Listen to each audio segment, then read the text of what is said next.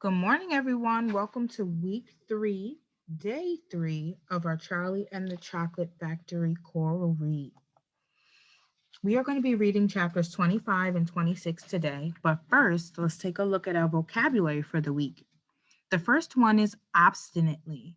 Obstinately is an adverb that means not willing to change your opinion or actions. Sometimes people act obstinately even when they know they are wrong. Waft. Waft is a verb that means to move lightly about, carried by wind or wave. Smells waft from the kitchen when someone is baking. The next one is incinerator. Incinerator is a noun that means a machine that burns garbage. Apartment buildings used to have incinerators. The verb form is incinerate, and that means to burn.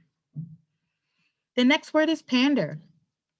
Pander is a verb that means to encourage the bad habits of someone else.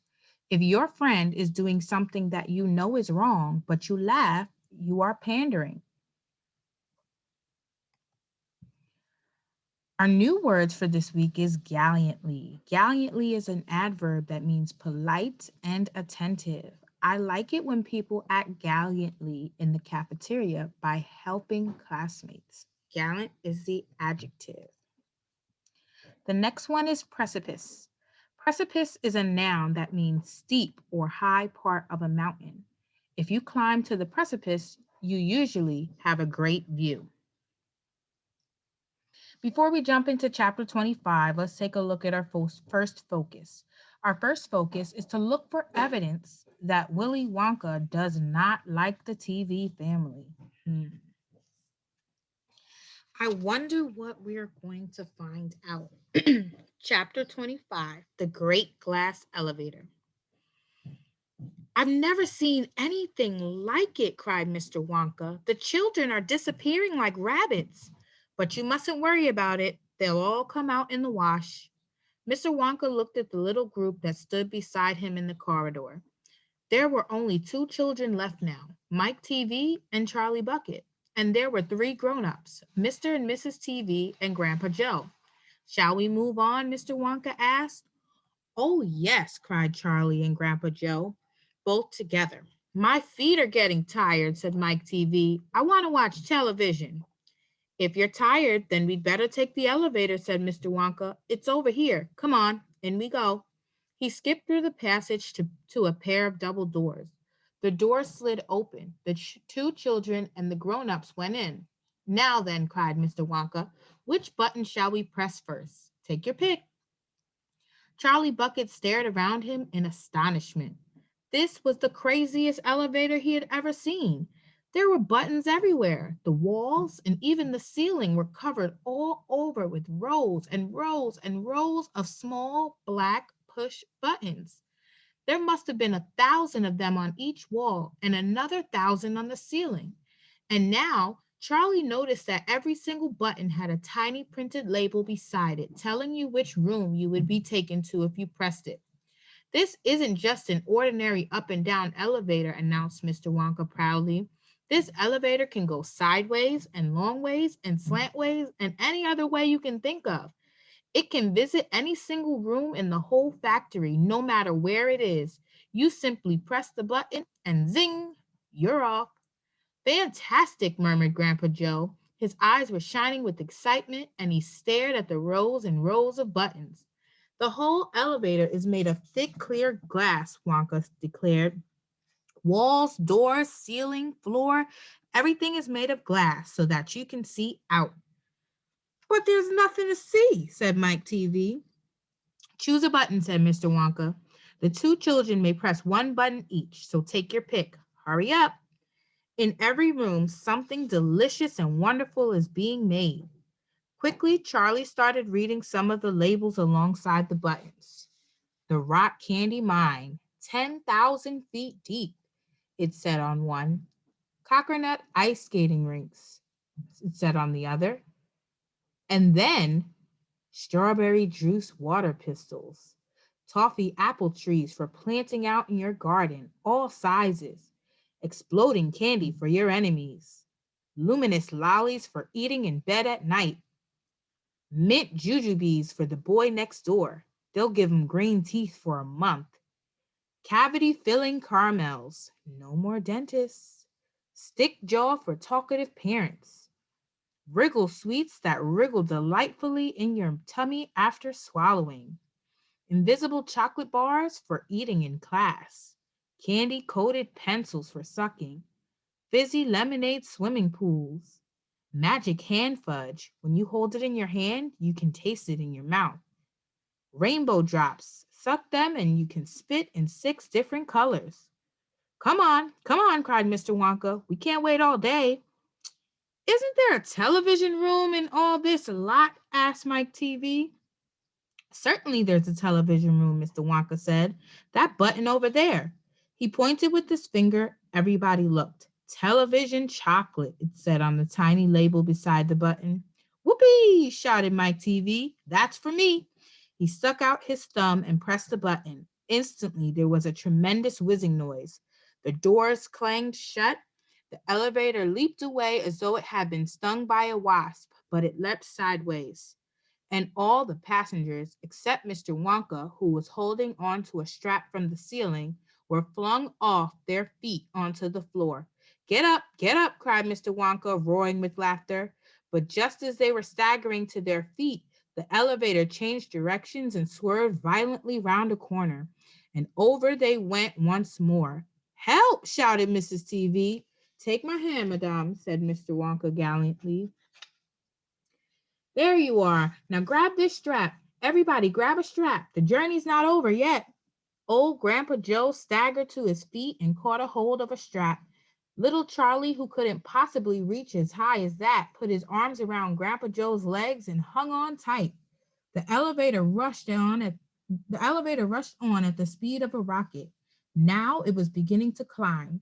It was shooting up and up and up on a steep, slanty course, as if it were climbing a very steep hill.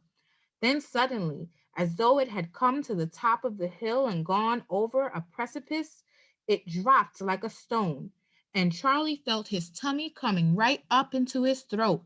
And Grandpa Joe shouted, Yippee! Here we go! And Mrs. TV cried out, The rope has broken! We're going to crash! And Mr. Wonka said, Calm yourself, my dear lady, and patted her comfortingly on the arm.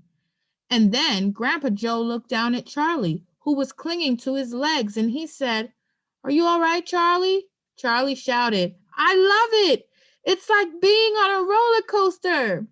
And through the glass walls of the elevator as it rushed along, they caught sudden glimpses of strange and wonderful things going on in some of the other rooms. An enormous spout with brown sticky stuff oozing out of it onto the floor. A great craggy mountain made entirely of fudge with Oompa Loompas, all roped together for safety, hacking huge hunks of fudge out of its sides. A machine with white powder spraying out of it like a snowstorm. A lake of hot caramel with steam coming off of it. A village of Oompa Loompas with tiny houses and streets and hundreds of Oompa Loompa children, no more than 4 inches high, playing in the streets. And now the elevator began flattening out again, but it seemed to be going faster than ever. And Charlie could hear the scream of the wind outside as it hurtled forward, and it twisted, and it turned, and it went up, and it went down, and I'm gonna be sick, yelled Mrs. TV, turning green in the face. Please don't be sick, said Mr. Wonka. Try and stop me, said Mrs. TV. Then you better take this, said Mr. Wonka, and he swept his magnificent black top hat off of his head and held it out upside down in front of Mrs. TV's mouth. Make this awful thing stop, ordered Mr. TV. Can't do that, said Mr. Wonka. It won't stop till we get there. I only hope no one's using the other elevator at this moment. What other elevator? Screamed Mrs. TV. The one that goes the opposite way on the same track as this one, said Mr. Wonka. Holy mackerel, cried Mr. TV. You mean we might have a collision? I've always been lucky so far, said Mr. Wonka. Now I am going to be sick, yelled Mrs. TV. No, no, said Mr. Wonka. Not now. We're nearly there. Don't spoil my hat. The next moment there was a screaming of brakes and the elevator began to slow. Then it stopped altogether. Some ride, said Mr. TV, wiping his great sweaty face with his handkerchief. Never again, gasped Mrs. TV, and the doors of the elevator slid open. Mr. Wonka said, just a minute now, listen to me. I want everybody to be very careful in this room. There is dangerous stuff around here, and you must not tamper with it. So, after reading that sentence and finishing up that chapter, I can make an inference here. We know what happened to the other children who did not follow Willy Wonka's directions. There are only two children left. Charlie is not a kid who disobeys adults. Mike TV is spoiled and watches television all the time. I think that he is going to get himself in trouble in this room. Chapter 26, The Television Chocolate Room. The TV family, together with Charlie and Grandpa Joe, stepped out of the elevator into a room so dazzlingly bright and dazzlingly white that they screwed up their eyes in pain and stopped walking. Mr. Wonka handed each of them a pair of dark glasses and said, put these on, quick, and don't take them off in here, whatever you do. The light could blind you. As soon as Charlie had his dark glasses on, he was able to look around him in comfort. He saw a long, narrow room. The room was painted white all over. Even the floor was white, and there wasn't a speck of dust anywhere. From the ceiling, huge lamps hung down and bathed the room in a brilliant blue white light. The room was completely bare except at the far ends. At one of these ends, there was an enormous camera on wheels, and the whole army of Oompa Loompas was clustering around it, oiling its joints and adjusting its knobs and polishing its great glass lens. The Oompa Loompas were all dressed in the most extraordinary way. They were wearing bright red spacesuits, complete with helmets and goggles. At least they looked like spacesuits, and they were working in complete silence. Watching them, Charlie experienced a queer sense of danger. There was something dangerous about the whole business, and the Oompa Loompas knew it. There was no chattering or singing among them here, and they moved about over the huge black camera slowly and carefully in their scarlet spacesuits. At the other end of the room, about 50 paces away from the camera, a single Oompa Loompa, also wearing a spacesuit, was sitting at a black table gazing at the screen of a very large television set. Here we go, cried Mr. Wonka, hopping up and down with excitement.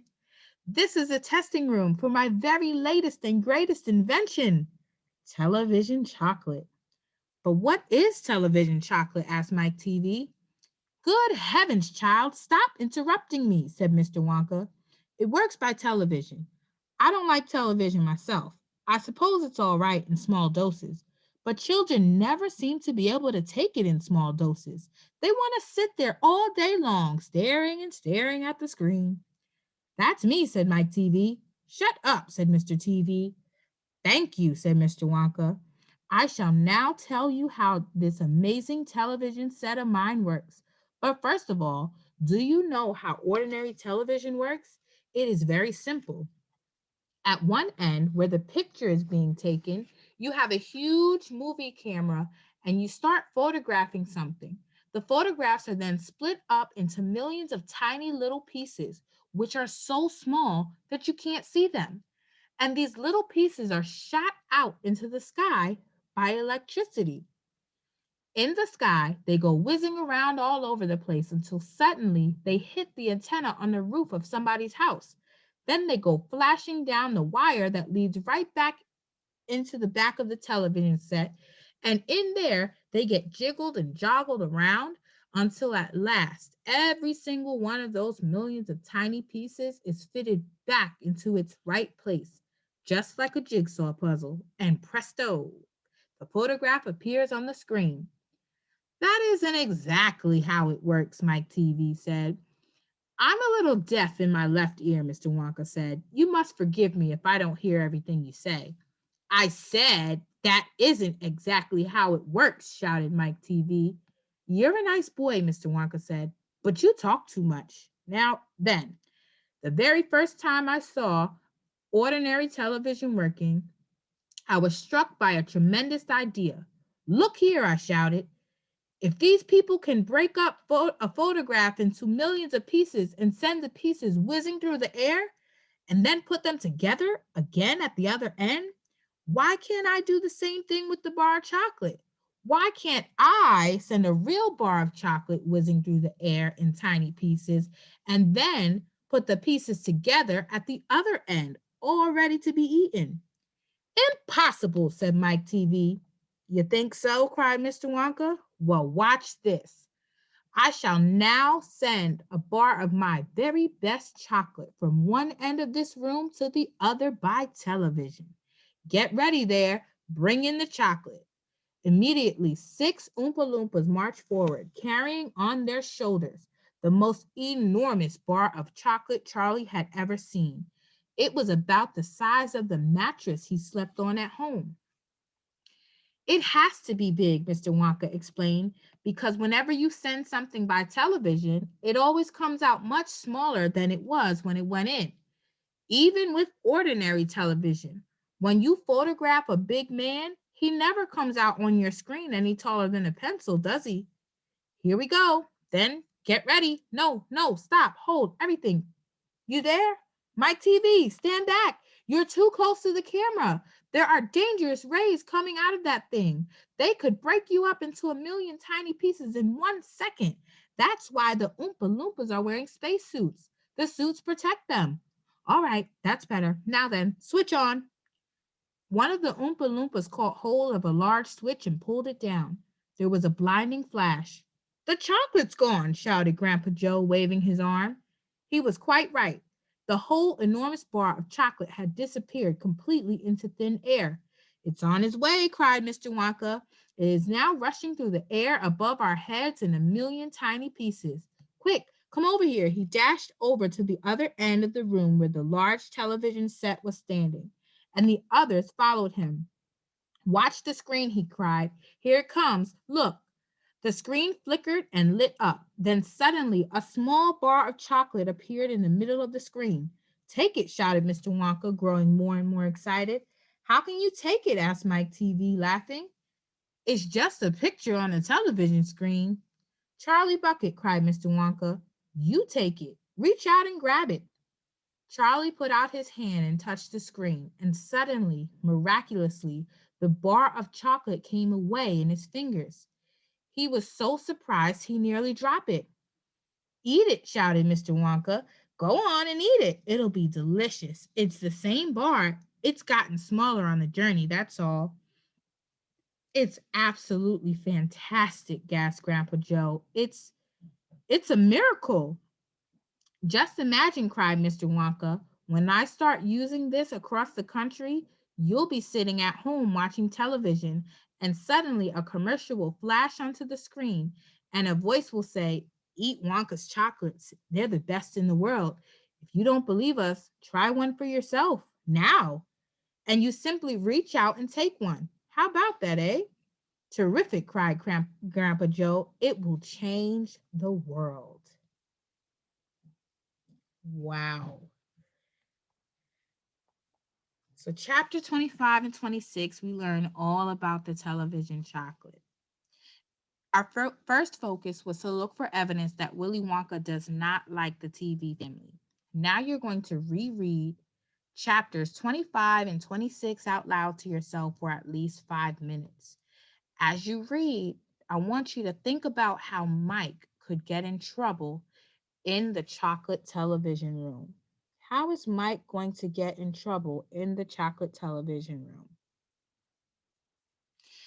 If you've made it to the end, you're here for the secret code. And the question for the secret code is the answer to this question. What do you need to wear to work in the television chocolate room? What do you need to wear to work in the television chocolate room? See you in a few minutes.